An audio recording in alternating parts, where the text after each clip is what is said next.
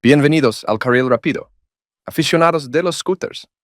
Hoy vamos a desbloquear todo. El potencial de tu scooter eléctrico Xiaomi, con solo un toque en tu pantalla.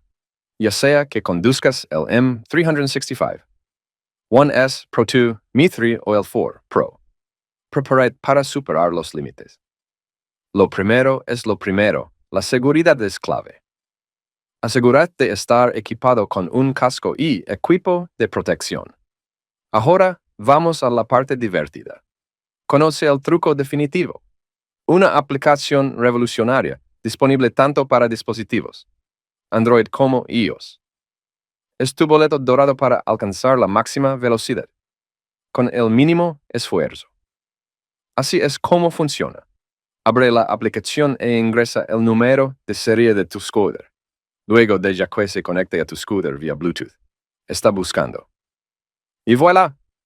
Conexión establecida. ¿Ves este gran y brillante botón desbloquear?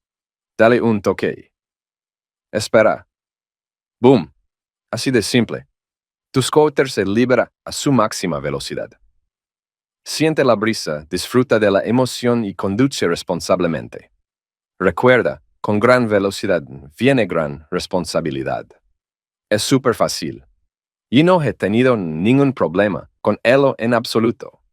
Voy a mostrarles cómo descargarlo. Todo lo que tienes que hacer ahora es simplemente dirigirte a los comentarios fijados abajo.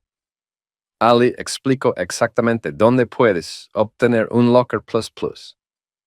Así que simplemente ve a los comentarios fijados. Te doy un me gusta si este método funciona para ti al final. Y eso es todo.